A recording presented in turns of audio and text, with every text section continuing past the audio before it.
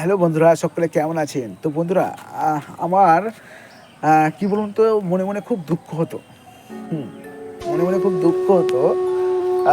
এই কারণে, যে কারণটা হচ্ছে, আমার মানে আমাকে কেউ গুরুত্ব দিত না।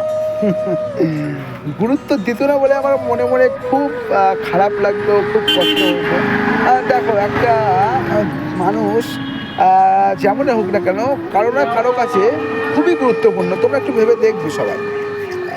তো এবার কথাটা বলি তোমাদেরকে। গুরুত্বপূর্ণ আমি কার কাছে? হ্যাঁ, আমি তো গুরুত্বপূর্ণ একজনের কাছে।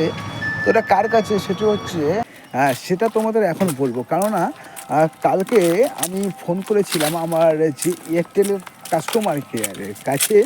তো সেখানে আমার ফোনটি রিসিভ করার পরে মানে ফোনের ওপার থেকে একটি মেয়ের কণ্ঠে বলল যে, আপনাদের এই কলটি আমাদের কাছে অত্যন্ত গুরুত্বপূর্ণ। তো শুনে সঙ্গে সঙ্গে চোখের জল চলে আসতো। মাইরি, চোখে জল চলে আসলো। তো এইরকম কেউ আমাকে গুরুত্ব দেয়নি, যার জন্য আমার মনটা খুব খারাপ।